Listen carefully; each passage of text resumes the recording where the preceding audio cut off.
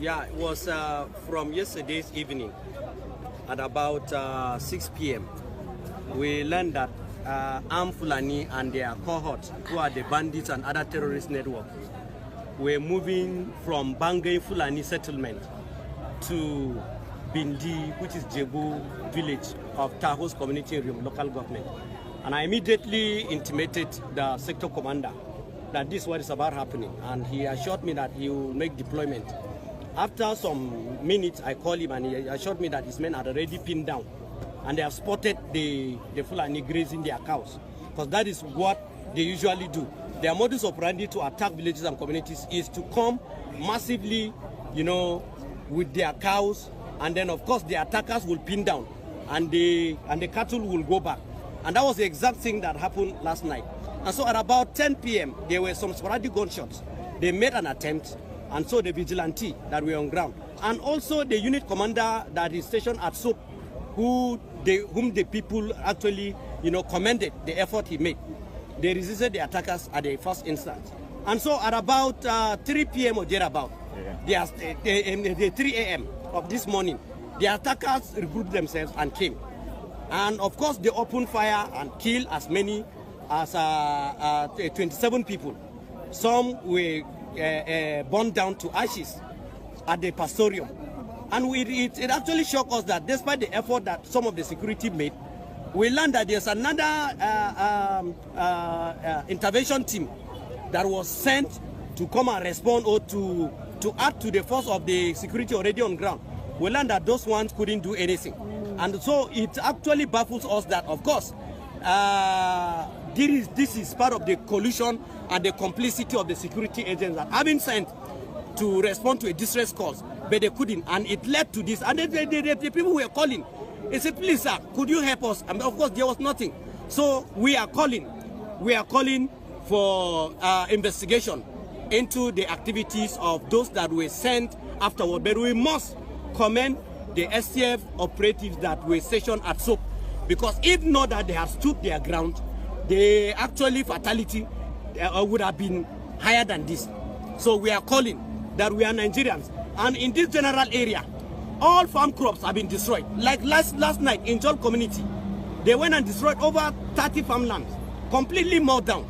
This did not only happen in Jol, it also happened in Mbati. It happened here in Rinyan the same night. Has there been anything that triggers this? There is nothing, my brother. It's just act of terrorism. A terrorist does a terrorist need to be provoked to unleash mayhem on innocent people?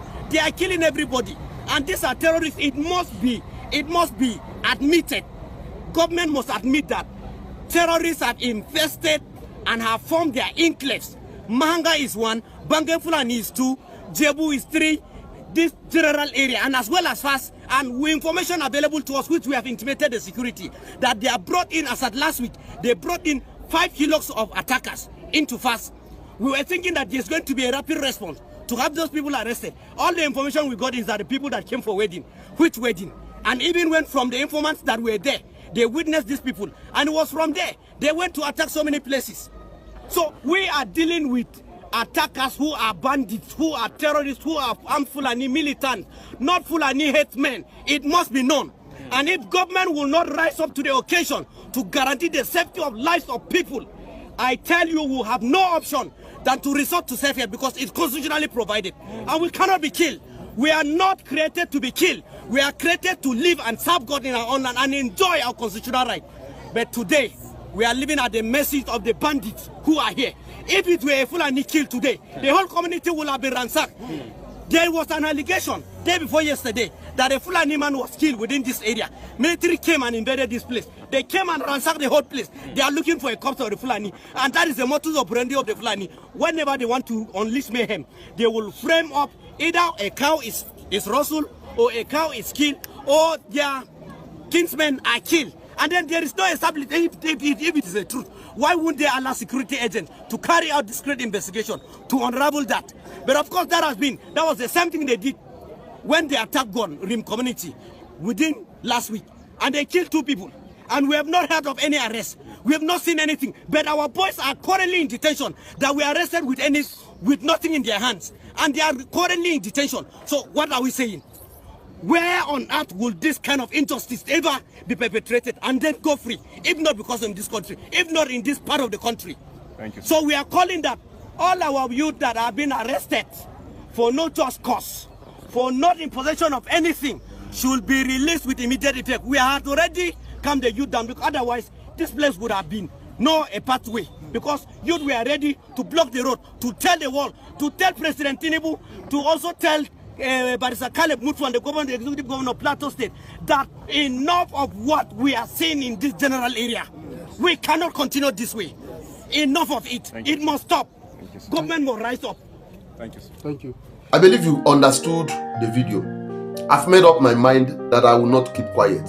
We will continue to expose the complicity in the act of terrorism in Nigeria, going on in Nigeria. We will continue to expose it. These people alerted the security agencies that this thing is going to happen. It's not like it happened without information, without pre-notice. The security agencies did it the way they did it. They trivialized it. They end up arresting people that has no weapon on them, keeping them in detention. Why the real terrorists, why the real bandits, why the real killers are parading freely. They are sitting on the dining table.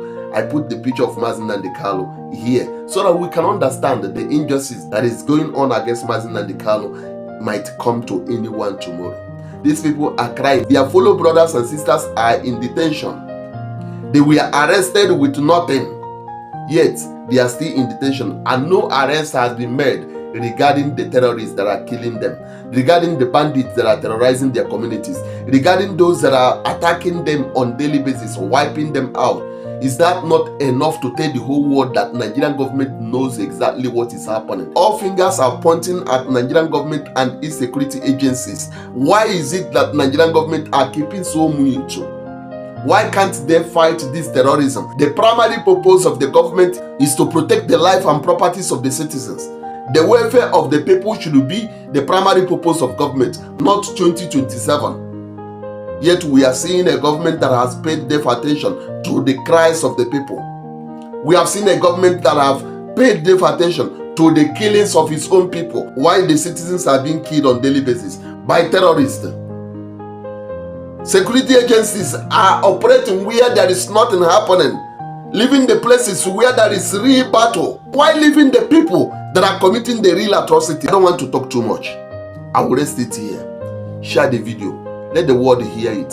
Let the world see that this is what is going on in Nigeria today. This is the situation of Nigeria. Nigeria is a place where the government engages the terrorists for negotiation while holding people that have no arm in detention.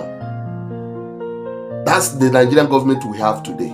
Please do not forget to share this video. Share it. Let it go viral. Let the world see and comment on it.